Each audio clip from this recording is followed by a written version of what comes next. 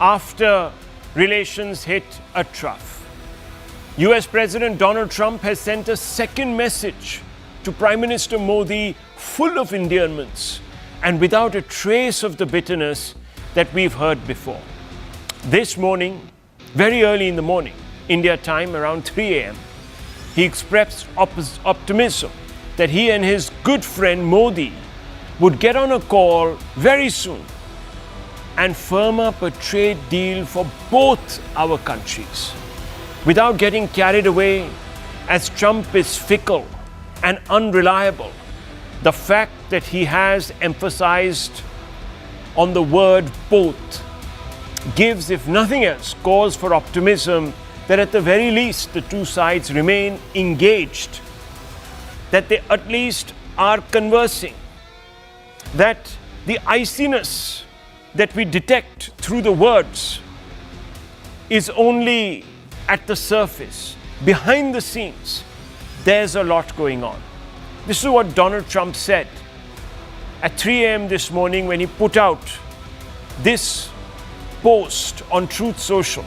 He said, quote, "I'm pleased to announce that India and the United States of America are continuing negotiations to address the trade barriers between our two nations. I look forward to speaking with my very good friend, Prime Minister Modi, in the upcoming weeks. I feel certain that there will be no difficulty in coming to a successful conclusion for both of our great countries," unquote. Viewers, a few days ago, Trump was also heard dialing down the rhetoric even further in this exchange with an ANI reporter. You get the sense. Let's listen in. And are you ready to reset relations with India at this point? I always will. I'll always be friends with Modi. He's great. Prime Minister, he's great. I'll always be friends, but I just don't like what he's doing at this particular moment. But India and the United States have a special relationship. There's nothing to worry about. Now, viewers, Donald Trump's second outreach to New Delhi in about a gap of 3 or 4 days is no accident. It is the outcome of sustained, quiet engagement. Prime Minister Modi's response invoking, quote, "natural partnership," unquote, reflects a calculated steadiness, neither triumphalism nor submission, but reassurance. And this is what Narendra Modi tweeted this morning in response to Trump's message on Truth Social. And he said, viewers, this is very important. And this particular message is very, very different from the others. So I'm going to read it out. India and the US are close friends and natural partners. I'm confident that our trade negotiations will pave the way for unlocking the limitless potential of the India-US partnership. Our teams are working to conclude these discussions at the earliest. I'm also looking forward to speaking with President Trump. We will work together to secure a brighter, more prosperous future for both our people. Viewers, this response suggests that the Indian Prime Minister is interested in continuing with dialogue. And he lays a huge amount of importance to the partnership, which he says is a natural one. The opposition, of course, served up another round of caustic barbs. Jairam Ramesh said, quote, "Prime Minister Modi has told President Trump that India and the US are natural partners." The question is now this: are they so natural that President Trump has declared on over 35 different occasions that he brought about the India-Pakistan ceasefire on the evening of May 10th using trade as the instrument of leverage, unquote? Arvind Kejriwal, ex-Chief Minister of Delhi, says, and I quote, "What kind of negotiation is going on between the two countries? Only one-sided talks. Keep our farmers, traders, and the employment of youth on the line. The Indian market is being completely opened up for the Americans. If the entire Indian market comes under the control of the Americans, where will our people go? Such a surrender is an insult to 1 billion Indians," unquote. Viewers, It is very early days, and it isn't as if Trump is going to suddenly dehyphenate his ties, for example, to Pakistan for India's sake, or walk back on his mediation claims. But behind the diplomatic shadowboxing, what emerges is a striking fact. In a world where optics dominate, it appears that Modi diplomacy has consistently relied on silent diplomacy. Let's open this up, viewers. Let's ask some basic questions without ado. And I want to begin with Suhail Seth, first off the block. Suhail Seth, critics allege surrender, their words, not mine, and one-sided negotiations. Yet, Washington's decision to temper rhetoric even after trade frictions and ceasefire claims points to India's leverage. What would you say? If you recall, Rahul, on your program, I said a bully is essentially a coward. And you don't always have to respond to everything everyone says. When Narendra Modi remained silent, his silence was seen either as weakness or surrender. Today, you've seen the US president, as he always does, has flip-flopped. B. India is too important a market to ignore, Rahul.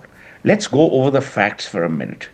Our total export is 780 billion, of which about 100 billion, actually 80 billion, is to the US. The sectors that are impacted are jewelry, gems, apparel, and services. It's 4.9% of our total export bill. I don't think India could, should, would have surrendered and sacrificed both its sovereignty as well as its respect and reputation in the world. It's not about one-manship. It's not about games. It's not about bring warfare, nothing. It's important to understand that Narendra Modi is playing this from the prism of statesmanship. Trump is playing it from the prism of gamesmanship. And there's an essential difference. And I think today what we have seen, and we needn't jump the gun, we now don't need to get into chest beating, saying, see, we told you Trump mar gaya, none of that. I think the maturity and the gravitas with which we must embrace Trump's 3 a.m. post is the same that was evidenced in Narendra Modi's non-desire to respond. It augurs well for both countries. You know, trade negotiations aren't a fight in the park. They're not a bullfight. They have to be taken seriously. They have great repercussions. Finally, I believe, as I said on your program earlier, that it is not just Narendra Modi's victory, if you can call it that. It is a recognition of India's supremacy as a nation, the capabilities of its people, and to my mind, it's a win for India.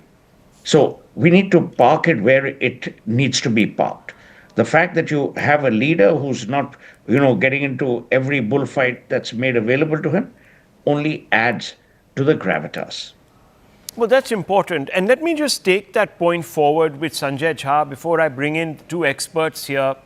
Sanjay Jha, imagine, had Modi turned into the fulminating leader that Rahul Gandhi wanted him to be. You remember that speech in Parliament?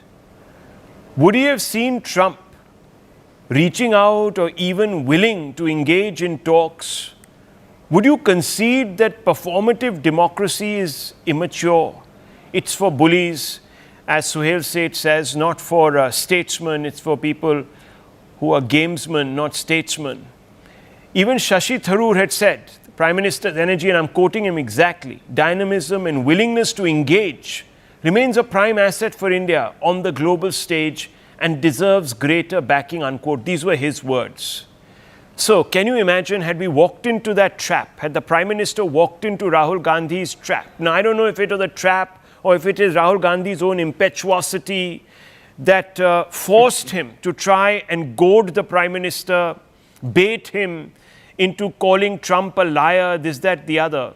I don't know where we would have been. And this clearly marks the difference today between the approach of a mature statesman and perhaps somebody who's still finding his feet in both politics and perhaps even the statesmanship sweepstakes, Sanjay Jha? Rahul, good evening. No matter how hard people try, it cannot be denied that Narendra Modi's foreign policy has been a monumental disaster and a mammoth embarrassment for India. Let me just remind people on the panel and your viewers as well that even as we talk, Donald Trump has already told the EU, now whether the EU does it or not, we'll have to wait and see, to impose 100% tariffs on India. So for us to start doing this gloating on, saying that Narendra Modi has been exceptional, No one is gloating. it's not just being premature, it's being disingenuous with facts. Now, here is the truth. The truth is that here is a prime minister of our country, with due respects to him, he has a view on foreign policy, who went out there publicly backing President Trump for a re-election. And he believed that his personal chemistry mattered much more than strategic self-interest for both America and India. Donald Trump has shown Mr. Modi the mirror to say, listen, when it comes to my own interest and tariffs across the board applying to many countries, I will do what I want to do in my own interest. So look at the reality of our country. Suhail said, this is the kind of jingoism I want to avoid because data is data. Let me tell you the truth, Rahul. What jingoism? When you took my name, what jingoism did I? No. Well, let me finish without an interruption, You took my name and please. you said, I don't like avoid these interruptions. jingoism. This is not fair. So I want to understand, where was I being jingoistic? Explain your point. That's my limited question. That's all he's asking you. Explain your point. Since you mentioned my name, I'm asking you. Yeah, India at this point of time has 1.8% share in global merchandise trade. In overall trade, it's 2.4%. In GDP, we are around 3.4%. We got to recognize that you're with a 4 trillion GDP, you're battling against America with a 30 trillion GDP. If anybody ignores this reality, we are living in a fool's paradise. Sanjay Jha, the reason Now why... let me come in and just demolish his logic. Please? Okay. Can I finish without both Suhail and you pouncing on me, I'm not pouncing on anybody. So, No, A, because we're I not can pouncing see- on you. You're not worthy of our pounce. And B, I thought you had it's finished. disgusting that you're getting so paranoid about me even finishing a sentence. No, Suhail. I get upset when you attribute. Take a deep breath. I get upset when you attribute things which haven't been stated by me. That's what's upsetting. Okay, Nothing. so now I let me never carry on. interfere. I never interrupt. But Yeah, when you anyway. make, to quote you, bold statements which have no fact and substantiation, it gets me worried.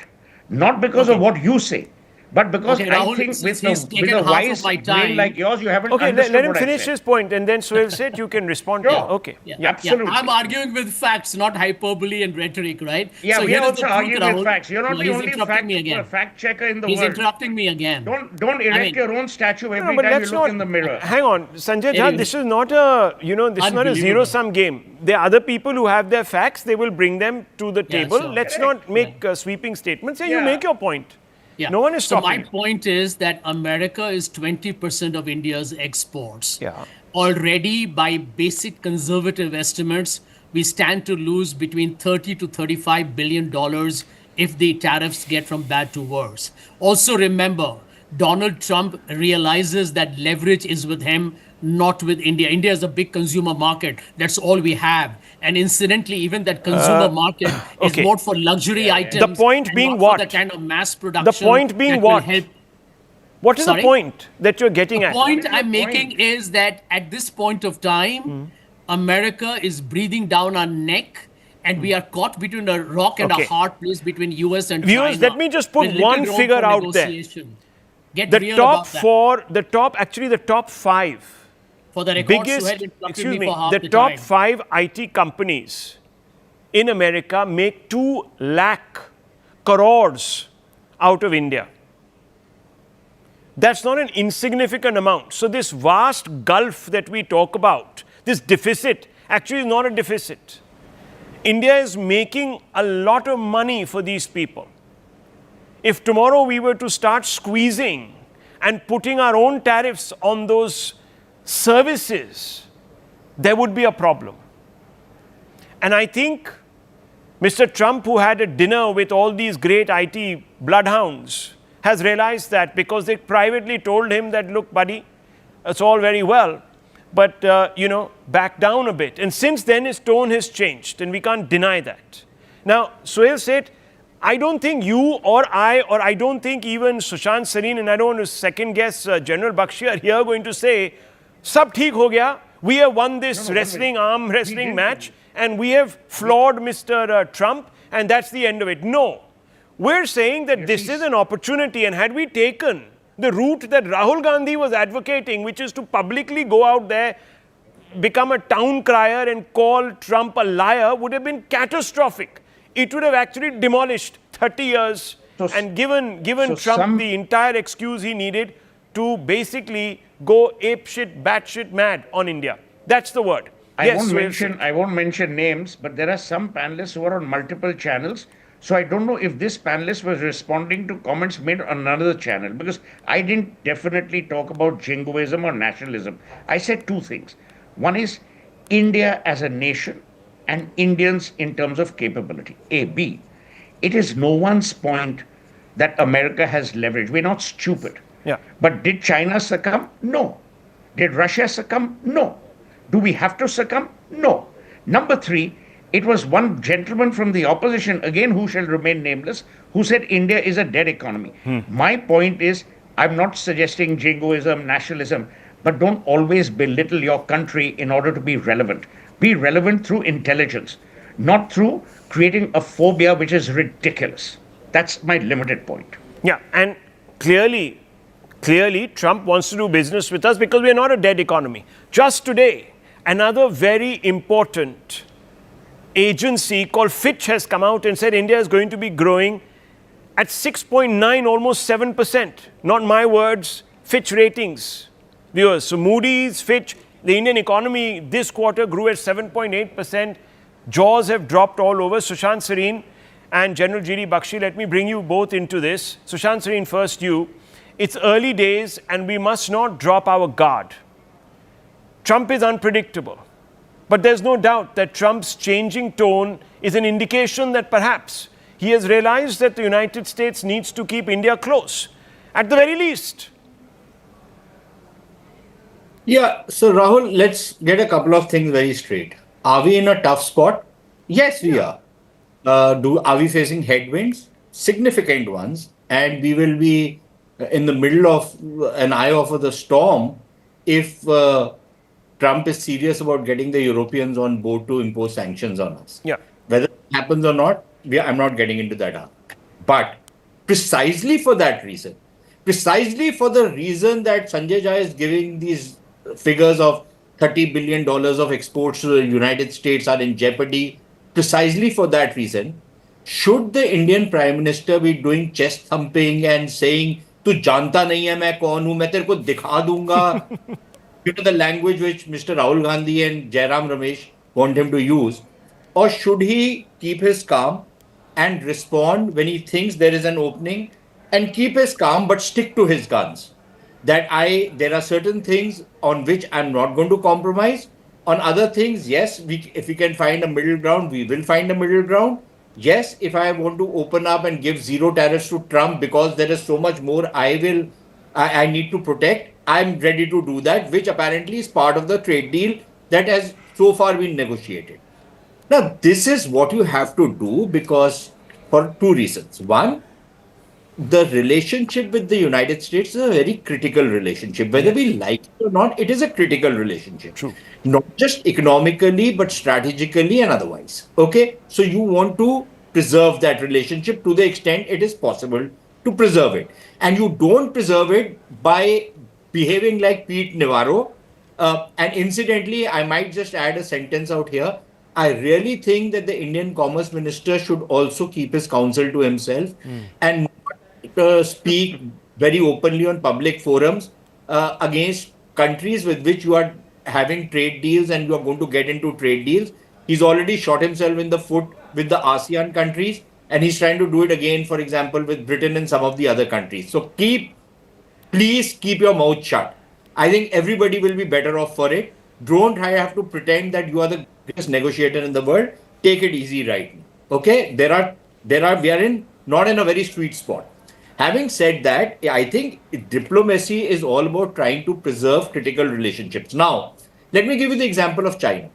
We've had really tough times with China, but did we not stick to our guns? We did. Did we or did we, without the Prime Minister ever bad-mouthing the Chinese leadership or President Xi, what did he do? He said, okay, fine, if the Chinese are bringing troops on the borders, we will do mirror deployments. If they are bringing in missile systems and heavy armor and artillery, we are going to take it out there.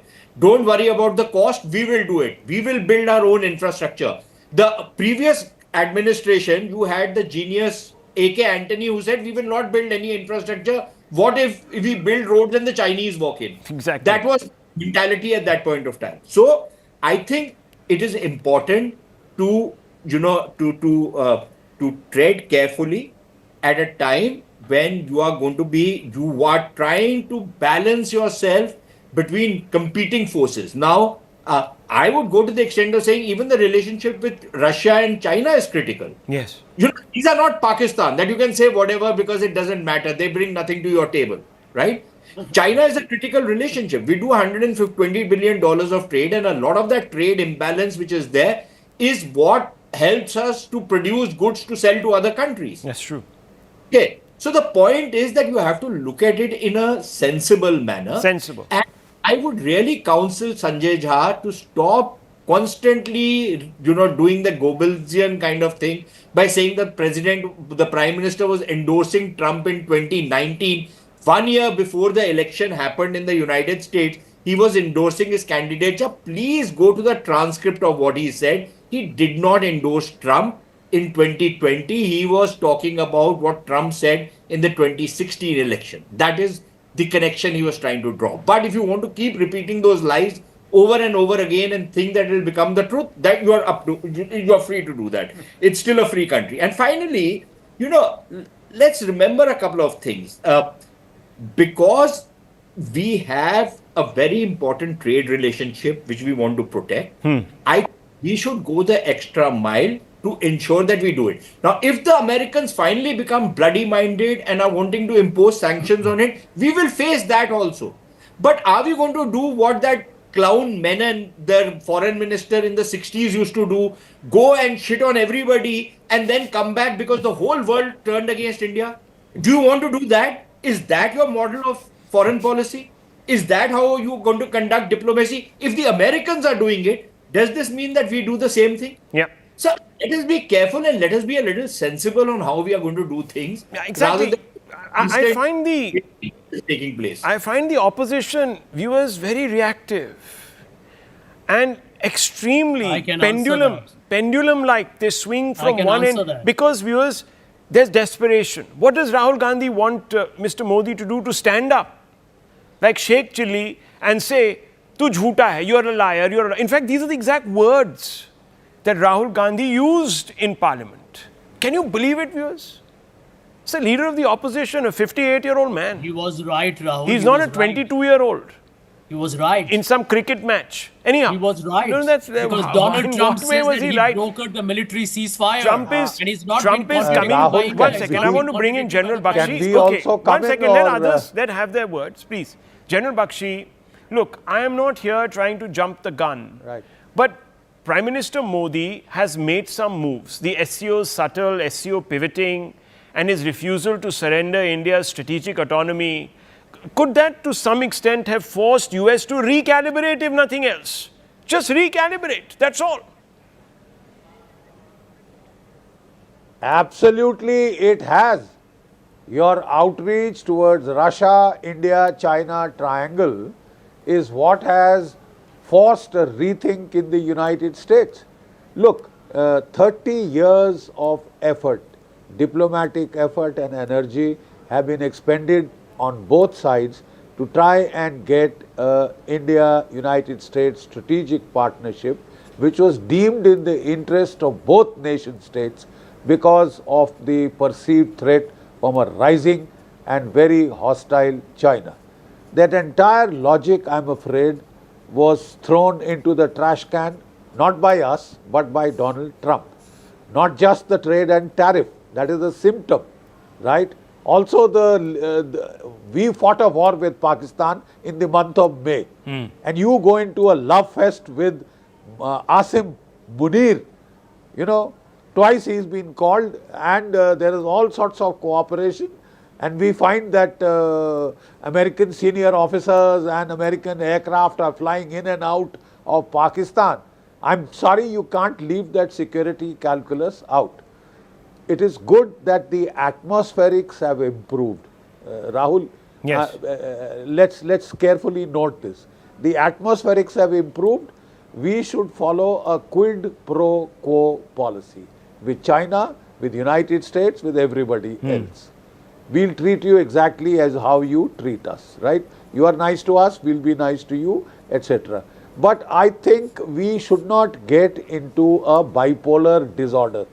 Snarl now, start smiling. Oh, we got a half smile. No, it was a full smile. Well, wait and watch. We'd all hope for the best. We don't want needless trouble. We don't want to complicate relationships. As Sushant said, we've got a lot at stake, right? It is a critical relationship, can't be denied.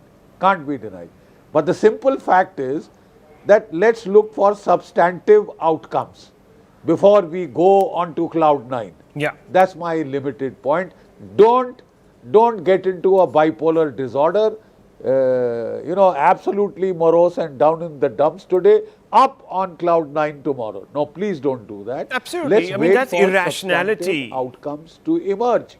That's irrationality. You're absolutely right. Sushant Sareen, I want to ask you this because someone like Sanjay Jha said that Modi's foreign policy has been a disaster. You have a very equipped, intelligent man like Shashi Tharoor who has been going out there and championing the Prime Minister's diplomacy, saying, and I've quoted him, I'm not making this quote up. He said that the PM's energy, dynamism and willingness to engage remains a prime asset for India on the global stage and deserves greater backing. So can you tell us, how is it that the Prime Minister has messed up? What are we supposed to believe? No, I don't think, that's the tragedy. I would have hoped that the opposition was to make some sensible points, which, even if they were critical towards the government, would help the government take some other steps, which would actually pull us out of the storm we are in. But they are not doing that. So one day they say that, listen, what Trump has done is destroyed or is going to destroy the industry in Tamil Nadu, for example, the garment industry in Tamil Nadu and other parts of the world. The next day, the Prime Minister starts reciprocating something to Trump to try and bring the relationship back on the rails so that those people don't suffer. And they say this is a disastrous policy. What do you want him to do? Second, please look at how the Prime Minister is responding to Trump. Rahul, I've said this earlier also on one of your shows. Earlier, whenever he would talk to Trump or would tweet, he would say, my friend Donald, my friend President Trump, etc., etc. In the last two tweets, he's been very correct. He's talked about India-US relationship. He's addressed the US president as President Trump. Very, very correct. But he hasn't gone out of the way, this bipolar order disorder which General Bakshi is talking about. He's not swinging. Now, if the Indian media is swinging from extreme left to extreme right, I don't think you can blame the Prime Minister of India or the government of India for doing something like that. Yeah. They are taking the straight and narrow path. They are ready to negotiate. They might, make a couple of more concessions which do not substantially hurt any important group in India, especially the farmers, the dairy sector, or some of the other sensitive sectors. But otherwise, they're open to doing a trade deal with the United States. Fingers crossed, if everything works out, things come back on the rails, great. If they don't, then yes, we will have to face that situation unless we want to grovel. Obviously. Look, we've gone there before, we've been there before. General Bakshi, very quickly, and Sanjay Jha. Yes, very quickly, gentlemen. I'm not referring to the Prime Minister when I talk of bipolar disorders. We've all seen he's been very balanced, very rational. So kindly don't accuse me of something I have not said. I'm talking of the discussion in the media. Yeah, right? That's what he's saying. It is the media that's what Sushant Sareen is also saying. We are going General Saab, that's what Sushant Sareen is also saying. So he's also been saying. Now I wish to make a point. Yeah. I wish to make a point. Look, even when Joe Biden was there, we had problems with the United True, States we started. did. Quite serious. Yes. You are with us or against us. Yeah. When the Trump administration came, we thought there would be a change. But it is back to that same. There seems to be a bipartisan consensus in the deep state. Yeah. So we'll have to play it very cautiously. We'll have to see the results, the outcomes, not the atmospherics. Absolutely. I think you're Atmospherics absolutely can be right there. added to. Good. I think we should move Good. on because viewers have run out Can I of make time. a short point, Rahul? Yes, 30 seconds, please. Yeah, I agree with what General Bakshi is mentioning here. He's mentioning strategic restraint, not getting carried away. And I want to give two examples. We are talking about America and Peter Navarro. Look at what the NATO chief said the other day. He made a similar warning on Russian oil. He was flexing muscles on behalf of the EU. And you have today the EU also talking a tough language. So we need to get a little practical and real here. India has a story. It is not enough in the global dimension. Okay. Let's be humble enough viewers, to accept that the reality. the EU went groveling. In fact, if anyone, it was Giorgia Meloni who said to EU leaders that, look, guys, this is actually not quite working on. Viewers, I have tweeted at R. Shivshankar, you can have a look at it. I have tweeted saying don't trust Trump as far as you can throw him. I've even brought out his earlier statements and I brought out this EU point. But the fact is that the EU is also engaged with us to finalize a trade negotiation very soon, an agreement. So they're not going to exactly wag their tails just because Trump wants 100% tariffs, etc., etc. They have also a lot to lose. Half these EU nations need markets also for their products, mostly defense equipment and other stuff. So it's not, you know, as they say, it takes two to tango, viewers, and we're not an insignificant economy anymore. Even China wants a pie of our share of our market, a pie of our market. So look, let's be realistic. Let's not become impetuous. I think the Prime Minister is doing a fairly good job at trying to manage expectations domestically as well as, of course, Trump's. So let's see where this takes us, viewers. It's an opening. Let's see if it actually leads somewhere. And as General Bakshi and Sushant Sareen are saying, judge a book by the written word, not the cover, written word inside. Thank you. Thank you, gentlemen. Let's just move on. Viewers, in their pursuit, now this is a very, very important story because when we are talking about international diplomacy, we cannot afford to put our eggs in just one basket and this, that, the other, viewers. But in their pursuit to appease a certain vote bank, has the opposition India bloc lost all perspective? It's a fundamental question I'm asking tonight, and not without reason. If Priyanka Gandhi Vadra has called upon the NDA to dump Israel for Palestine, constantly asking the Indian government to fly the flag for Palestine, to slap Israel on the wrist, to take, again, bipolar positions, absolute partisan positions. Now Rahul Gandhi's India bloc stablemate, Kerala Chief Minister Pinarayi Vijayan, has called upon the NDA to snap all ties with Israel. All ties, viewers.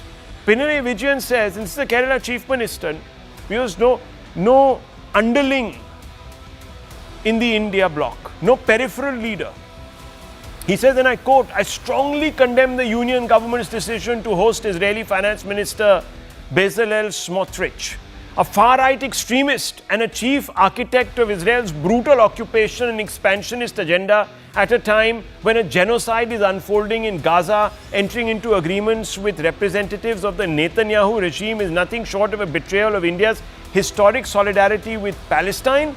It is deplorable to maintain military, security and economic ties with Israel while the path to a just and lasting peace for Palestine remains unpursued, unquote. So snap all ties with Israel, viewers.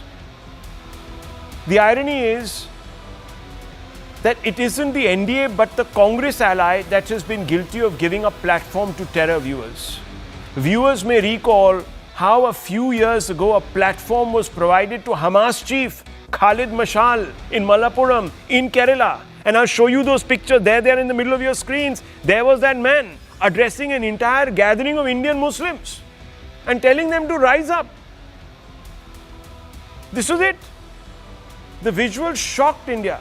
coming as they did just a few weeks after the October 7 terror attack on Israel, that this man justified the killing of babies in their cribs. This hate-mongering terrorist justified, viewers, and the left was giving him a platform. Thankfully, Mashal was eliminated by Israel, and the world is an even more safe place than it was in October that year.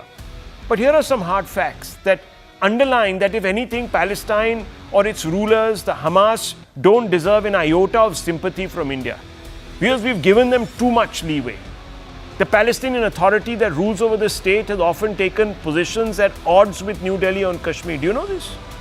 That Arafat and company, dead now, but viewers, his legatees all supported the cause for the liberation of Kashmir. And here we are trying to, viewers, suck up to Palestine, or being urged to do so, and dump Israel. Hamas leadership that ruled the Gaza Strip has called for the liberation of Kashmir. Yes, the same malevolents who were given a platform. Palestine ambassador Walid Abu Ali had shared a stage with Hafiz Saeed, a known India hater and a terrorist responsible for the 26/11 attacks on Mumbai, who sits in Pakistan. Hamas is designated a terror organization, viewers, by the entire European Union and the United States. Hamas is inspired by Muslim Brotherhood, which has links to terror groups in Jammu and Kashmir. These people actively fuel and feed the insurgency in Jammu and Kashmir. Hamas backs liberation of Muslim lands, including Kashmir, through force. Israel, on the other hand, viewers, has been a steadfast friend in need. And therefore, viewers, I have to ask you, and I don't need to give you the examples. You know that Israel provided logistical, intelligence and weapons support during 1999 Kargil war and has supported India's position in Kashmir unilaterally. It's not saying that you support a single state solution, that is Israel. It's not linking its support for India when it comes to Kashmir to anything that we have to offer. And I cannot understand why, viewers, this is happening. Sushant Sareen, let me just bring you in. Should we dump Israel? Should we now dump Israel, give it a kick for some Palestinians? I mean, I don't even know why the Indian government continues this Palestinian appeasement, given the leadership there. Anyhow, I'm not getting into that. A two-state solution might fit our moral worldview and all of this. Great. Let's congratulate ourselves and look pretty. But the point is, how can you kick Israel? What kind of approach is this that the India bloc is adopting? Rahul, I find it kind of ironical that communist leaders have never asked India to snap ties with Pakistan, which is a terror state. They've never asked us to snap ties with other countries which have caused problems for India. But they want us to snap ties with Israel, which has been a great friend of India. And not just in the Kargil war, but even in the 71 war. These are people who helped us, even when we did not have full diplomatic relations with them. So the communists want, and my rule of thumb is, if the communists ask you to do something, do the exact opposite of it, and that will be the right thing to do, right? So I think if Mr. Vijayan is saying that we should sever ties No, but this is not a communist fixation. This is shared across the board by the India bloc. And if you remember, when Shashi Tharoor had a problem with giving this Mashal a platform, they all jumped down his throat. He had to quietly recalibrate and look the other way. For the others, I think it's pure vote bank politics. It's nothing more than that, nothing less than that. You don't have any Jewish voters in India, no big voting bloc, but you have Muslim voters who are all encouraged to have extraterritorial loyalties or put the interests of some other region or some other community outside India, give that more importance than India's interests. My belief is that I don't have to agree with everything Israel does. I can even criticize Israel on some of the things they do. But to say that I should sever ties with Israel because of certain things which they are doing, I don't have to approve of everything they are doing. But that does not mean that I have to sever ties with them, because it's a very, very fruitful relationship, not just in the defense and security domain, but also in the economic domain. There is fantastic amount of synergies that we can bring to bear between India and Israel, and this particular treaty that was signed between India and Israel is precisely to kickstart some of those activities in terms of bilateral investment. So let me ask, Tushar Gupta, let me ask Sanjay Jha and be ready to rebut. Sanjay Jha, the Congress party signed an MOU with the CCP, the Communist Party of China. You might remember that famed document, that entire signing ceremony, and young Rahul Gandhi at that time signing the register, his mother looking on, President Xi, who was then not president, looking over his shoulder also to make sure that it is actually his sign that was going into the books, etc., etc. Why did you sign that MOU at a party level with a group of people who torture Muslims and put them in concentration camps, who are expansionist, just like Israel? Now I'll quote all the words that have been used by Pinarayi Vijayan. Expansionist Israel. Well, China is expansionist, isn't it? You say it's taken over Indian territory. Nehru, poor man, died a broken heart after what was done to him, despite giving away the United Nations Security Council chair to China. So why were we signing, the Congress party signing an MOU? You should sever ties. You should say we will never eat lunch in your embassy ever. Who are you people? Rahul, you need to be, since your program is called Hard Facts. Yes. Put the facts on the table. Yeah, Let what me do facts? it on your behalf. These are not because you facts. have not That told China your is viewers- torturing speak? Uyghur Muslims. Is that not a fact? Can I? No, can I correct speak? me. No, hang on. I want to ask can you, I because you've speak? now made this accusation twice. Tell me, sir, do the Chinese अरे मुझे बोलने put, दीजिए। no, I'm asking you the question. Do मैं the जवाब Chinese दूंगा, have मैं the अपने Chinese अंदाज put में जवाब दूंगा। have the Chinese put Uyghur Muslims in concentration camps? Yes or no? Do the Chinese pursue an expansionist agenda? Yes or no? Two questions. Yeah. I'll answer them. Now, don't interrupt me, please. What you have not told your viewers is that the gentleman Bezalel Smotrich has made this statement, and I want an answer from you, Sushant, and Mr. Gupta, because this is what he said publicly. He said that it is just and moral. The words of Mr. Smotrich. It is just and moral to starve the 2 million citizens of Gaza. For your information, Mr. Shiv Shankar, this man has been banned by the EU, by UK, by Australia, New Zealand, Norway, and Canada. This man has made a And we welcome statement. him No, with the excuse red me, carpet. 1 second. I'm What now kind going of to ask you a hypocrisy is counter this? question. Do This we have man any has made a relationship with the statement. No, hang Palestinians or on. not? This man has made What kind of look, fraud is being committed just here? Just a minute. This man may have made. Listen to me, Sushant Mr. is Jha. If you don't want to answer, as if that's your Palestine doesn't that's your exist. prerogative. But I want to make a point. Viewers, this man has made a Am I statement. right or wrong? The Chinese have acted on I said intent. right or wrong? They have actually put Muslims into concentration camps, flattened out their mosques. They've not just done it to Muslims, they've done it to Tibetans. They have done it to their neighbors. They have done it to Indians. Correct. And we have the 100 Congress had billion no trade deficit problem with China. signing Ask MOUs Mr. Modi. with Ask the Mr. Chinese Modi. 100 Communist billion Party, trade deficit with China. the leading edge You of tell me, why do we have expansionist, 100 billion no, hang trade on, deficit with China? आप expansionist, जवाब दो ना। eugenicist, अरे आप and जवाब most दो। importantly, xenophobic policies. अरे आप तो Viewers, जवाब दो। no Why do we have problems, 100 billion absolutely trade no deficit with problems. China? When you confront You these answer the people with the question. facts, they start making personal jibes, viewers. I have not made one personal jibe at anybody. Not No, one. Rahul, you answer my question. Not one. Why does the Modi government have 100 billion trade deficit with China? Let me if bring everything in that you've said Tushar is Gupta true, on which is this. true? Tushar Gupta, You answer the question. could you respond, please? Can you I deny don't know he what said? Can you Congress's deny what Smotrich one-sided said? love Does for Sushant Singh agree with whatever that? is going on in Should Gaza Gaza has be to do starved? anything with the Yes trade or no? Sanjay deficit? Jha, Please hold on. the Modi government is hold not. on. No, hang on. The Modi government is not sitting around in judgment of others. Okay? Oh, really? No, they're not. Really? Show me one government The that they sit in ultimate judgment vote bank of. Politics on Israel is I mean, being come done on. by the That Modi means you government. should not have you should The not have any ultimate dealings with Saudi vote Arabia. bank Don't buy their politics is oil being because done the by the Saudi Modi Arabians are government not on any Israel. lovers of democracy either. Have you seen their standards of Rahul, freedom you know in it their and I know country? it. The You Qataris stop are not the pretending. greatest. Neither are the Omanis. There are hundreds of other countries which have no democracy, which intern their women. Should we not deal with them? That's their internal problem. So viewers, we have to be practical. We also So have you're okay problems. with starving We're not Gaza? made in Are you heaven, okay with and it's not starving as if Gaza? we are the most morally Rahul, upright yes or either. no? Are We you also okay have with our starving problems. Gaza? Tomorrow people Are you can okay start with using the starving moral, Gaza? Yes or no? Rahul. the moral this thing against you. And you will be sitting I'm there asking, without are any you friends. okay with I mean, this is starving Gaza? ridiculous. Don't defend the ridiculous, please. Yes, Tushar Gupta. I'm asking you, say yes or Rahul, no. the problem is every time a discussion around Gaza comes up, Congress and especially Priyanka Gandhi, the MP from Wayanad, she pretends as if October 7th never happened. She pretends as if Israel chose this war. She pretends as if Israel was the aggressor. Palestinians are not She all pretends Hamas. as if suffering is only on one side.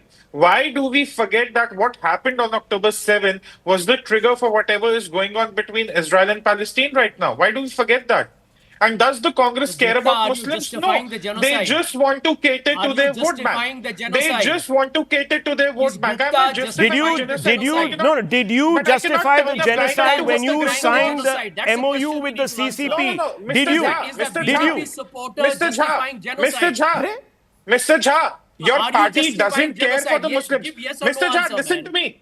No, Mr. don't Jha, dodge. listen to me. Are you justifying Are you saying there was no Are aggression? you justifying, Are you Mr. saying there Jha, was the no aggression genocide of against Uyghur Israel? Muslims Are you and justifying Tibetans October in 7th? China?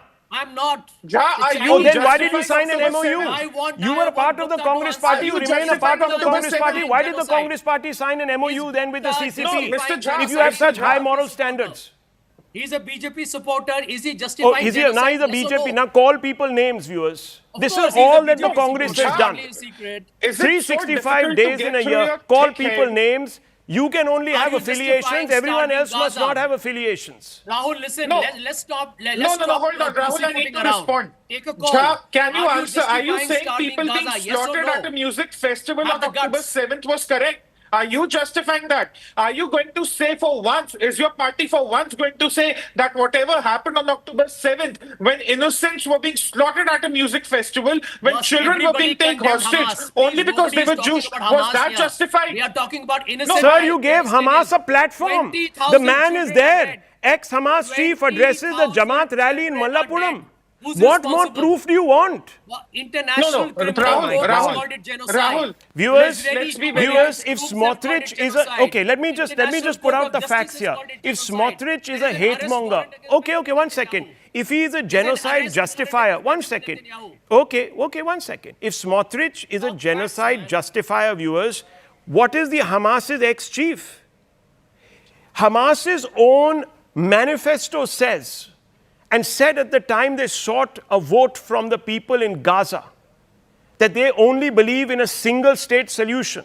They do not believe that Israel has a right to exist. So what do you think they would have done with the Jews, viewers? In Israel, they would have killed them or run them out. That would have been an exodus of biblical proportions in the 21st century. And they gave that person a platform in Mallapuram, viewers. That's the man. So we conveniently forget our own omissions. That's amazing, viewers. That's amazing duplicity. And I'm sorry, today the hypocrisy has to be called out. We have to grow up. There are enough people with enough government systems that we don't agree with. We have to do business with them, viewers. Yes, we have to be careful about not being seen to enable somebody. That one can understand. But this business of, oh, we can't do business with you, you are a pariah, you are such and such, that doesn't work, viewers, anymore. 20 people will point fingers at you too. Anyhow, viewers, I want to move on because both Mr. Gupta and we are going to be joined by another guest. We'll be looking at this, Mr. Tausif Ahmed, a very important story. The Assam cabinet is very, very important. It's a watershed event, viewers, and I'm not overstating the case. The Assam cabinet has approved the framing of an SOP under the Immigrants Expulsion from Assam Act 1950 to guide the district commissioners and senior police officers to expel illegal migrants from the state and tackle illegal immigration from neighboring countries. The cabinet decision is based on a Supreme Court order which is seen as bypassing the need for the foreigners' tribunals in Assam, where over 82,000 cases are still pending till date. Chief Minister Himanta Biswa Sarma has said that, quote, the decision implies that while those foreigners who came before 1971 will be considered citizens, those who came after 1971 will be deported. Under the new SOP, if the commissioner receives such information from the police or any other source that a person is suspected to be an illegal immigrant, he will direct the person to produce evidence of his citizenship within 10 days. Failure to do so will mean immediate deportation. The Assam cabinet has approved the framing of an SOP under the Immigrants Expulsion from Assam Act 1950 And this has been upheld by the Supreme Court, viewers. Very, very importantly. And I want to open this up, therefore, to get a quick sense, dipstick, on the reactions, because this has created an uproar. Now, Mr. Khan, why do you believe that this is an overreach? First of all, Rahul, there was a law, Illegal Migrants Determination by Tribunals Act 1983, which was scrapped by the Supreme Court in 2005.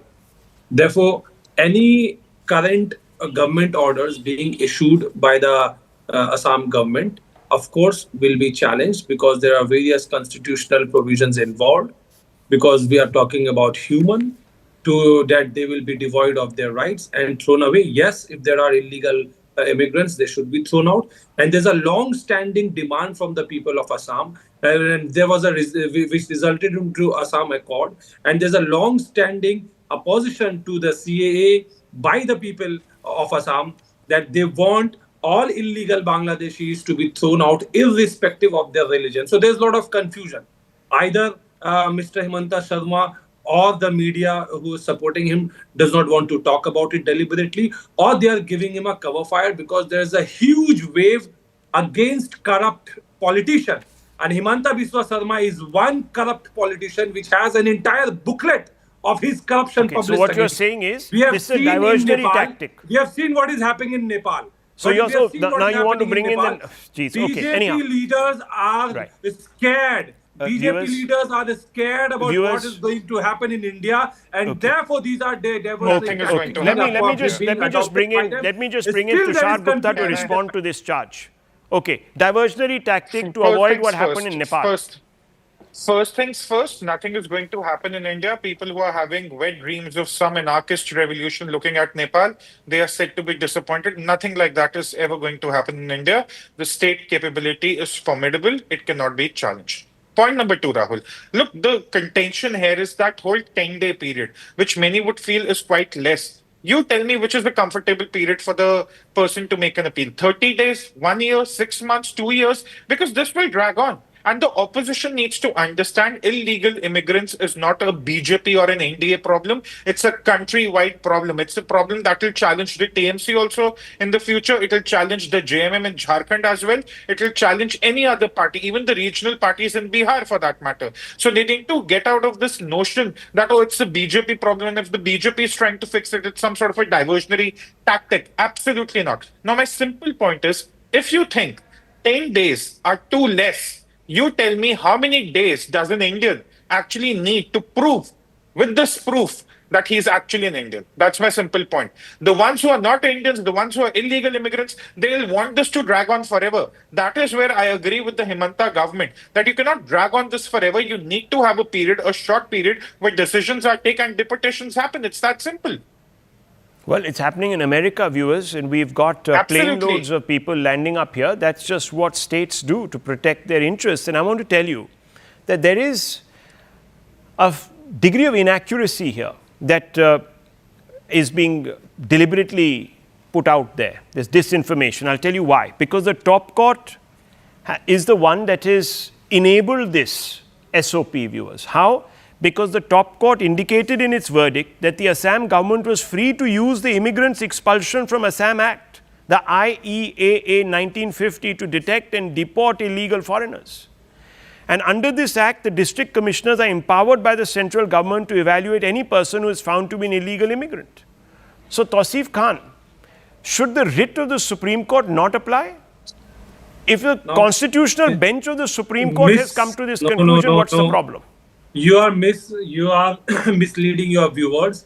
The current order, which is passed just yesterday, as you yourself are saying, by the cabinet of Assam government, has not gone through a judicial review. Are you saying that Supreme Court has already passed this after the judicial review? Okay, no, it has not. Maybe you did not understand what I was saying. Do not think of your viewers as stupid. No. I think Mr. Khan. Mr. Khan. You're putting words in my mouth. I said that it was a Supreme Court judgment which has enabled this SOP.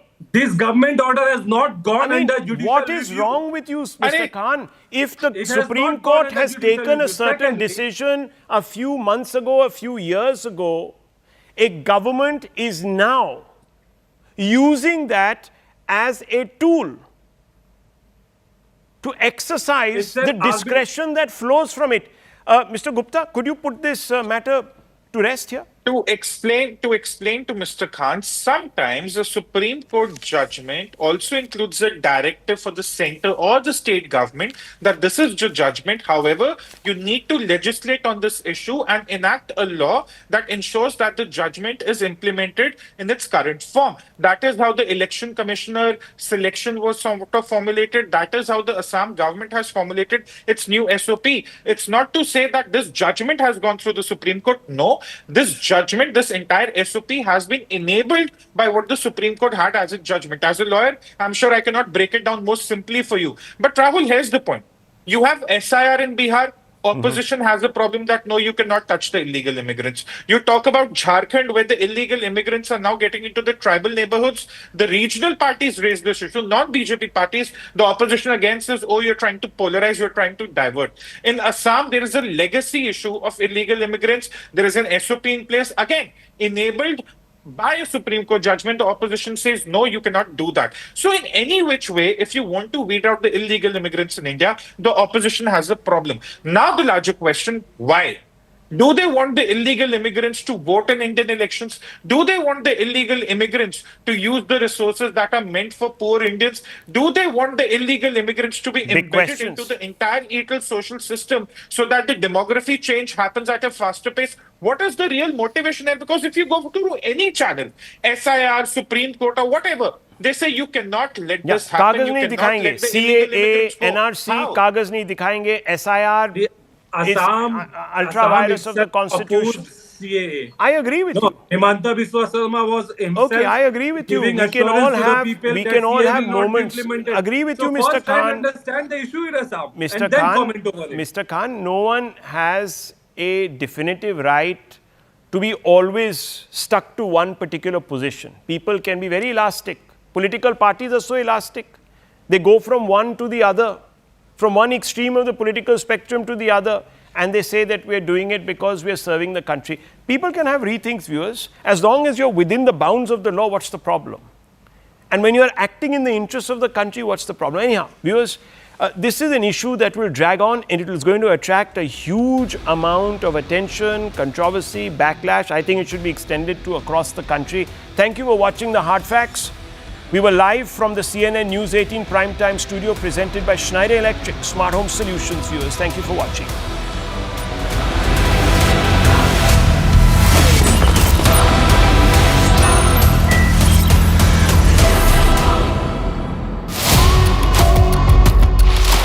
Genji group, they have did the movement in Nepal. They have told me that they believe on me and I can do government. They requested me and I accepted this one.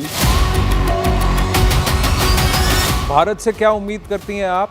और नेपाल में भी बहुत सारे भारतीय हैं जो अपनी safety के लिए थोड़ा चिंतित हैं। भारत से हम लोगों का रिश्ता आज नहीं है, बहुत दिनों से नेपाल की जनता और भारत के जनता के बीच में इतना अच्छा रिलेशन है। भारत ने सभी समय पर नेपाल को सहयोग किया है, मदद किया है। Presented by This is News 18 Network.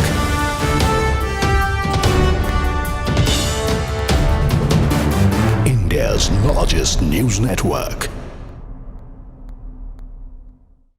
There's a stunning twist now to the ongoing legal battle over the 30,000 crore rupee estate of Sanjay Kapoor. WhatsApp chats and internal documents submitted to the Delhi High Court by Karishma Kapoor's children have unveiled explosive revelations. Among them is the startling suggestion that Sanjay Kapoor was allegedly arranging Portuguese citizenship for Karishma and her two children, a move that would require them to renounce Indian citizenship. The details embedded in private communications have sparked fresh speculation. Were Karishma and Sanjay considering a reconciliation before his demise?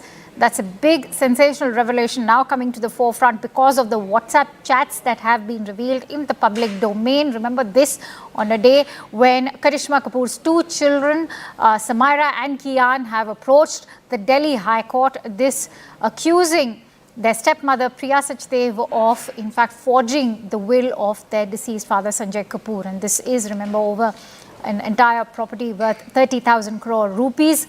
And in her defense, Priya Sachdev has maintained that there's already a trust that has been set up to take care of the two children. Citizenship for both Karishma and their children. Would you like to comment on that? And secondly, on the 18th, when the body was being brought back to India, there was a motion moved for a board of directors meeting of Aureus Investments for inducting Ms. Priya Kapoor Sachdev on the board of directors. How do you respond to that? It won't be appropriate for me to respond, so I will not be commenting on their personal relationship or what's been disclosed in the plaint or whether they were getting back together, not getting back together. That's not something that I can comment upon at all. So no comments, please. So this was Mr. Vaibhav Gagar who was speaking to us after, in fact, the Delhi High Court today issued summons in the suit that's been filed by Karishma Kapoor's children with regards to the family feud that has erupted in the Kapoor family after the mysterious death of business tycoon Mr. Sanjay Kapoor, a 30,000 crore worth of empire. All right, let me quickly go across to Ananya Bhatnagar, who's been reporting on that story with us. Ananya, even though the lawyers have not really revealed much, if you could share with us what has in fact emerged out of these screenshots of the WhatsApp chat. Well, you know, if you go by these screenshots, it clearly shows how Sanjay Kapoor was actually seeking, in fact, a family reunification in Portugal. And in fact, it's clear from the application that he had filed for his children from Ms. Karishma Kapoor, seeking a Portuguese citizenship. In fact, if we go by the WhatsApp chat of this family group called the Family K, it only has members which are Karishma Kapoor, Sanjay Kapoor, and in fact the two children from Karishma Kapoor. No Priya Sachdev Kapoor, no children from Priya Sachdev Kapoor or anybody else was there on that particular WhatsApp group. And if we can see that how he was pushing, in fact, Karishma Kapoor as well as to push for a Portuguese citizenship, giving her a highlight as to if at all she takes a Portuguese citizenship, then she has to lose her Indian citizenship itself. So which basically hints out that, whether there were ties that were being mended as far as, Sanjay Kapoor and Karishma Kapoor are concerned. And a second similar thing that emerges out from the annexures of this particular suit is that when Sanjay's body was being brought back to India, in fact, from the United Kingdom after his unfortunate death on the 12th of June, on the 18th of June, a motion was actually moved for a board of directors meeting of, AIS or the investments company wherein, in fact, Sanjay Kapoor was the director along with Dinesh Agarwal. These two people were the board, and this new board meeting was being called after Sanjay's death, even before his cremation took place, in order to induct Ms. Priya Sachdev Kapoor on the board of directors of Aureus Investments Limited. And that is something, that raises different angles as far as this 30,000 crores worth of family feud is concerned. As far as the arguments that took place before the court is concerned, it was highlighted by Mr. Mahesh Jethmalani, who was appearing for the two children, that the will that has been executed, the will of their father.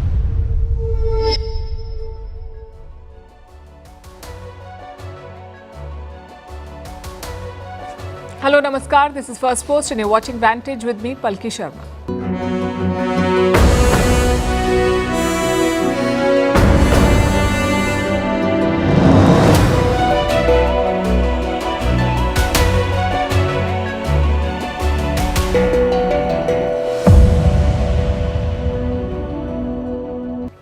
Is Donald Trump making a U-turn on India? After weeks of talking tough, he says he wants to speak to Prime Minister Modi. We'll tell you how India responded and how we should read these moves. Meanwhile, ratings agency Fitch has released a new forecast. India's economy will surge ahead while America will stumble. We'll break down the numbers for you. In Nepal, after a day of violence and chaos, the army is trying to restore order. The protesters have nominated a leader. We'll tell you who she is. In France, a call to block everything as a new prime minister takes charge. Protesters run riot. In West Asia, another escalation. Israel strikes Qatar to target Hamas leaders. They survived, but did Netanyahu kill the peace talks?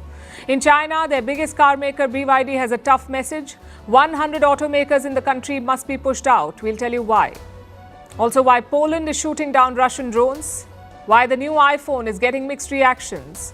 Why the US government is selling a luxury mega yacht. And why, for the first time in history, more children are obese than underweight. What does that say about our world? All this and more coming up. The headlines first. Iran will withhold access to United Nations' nuclear inspectors, says the country's foreign minister.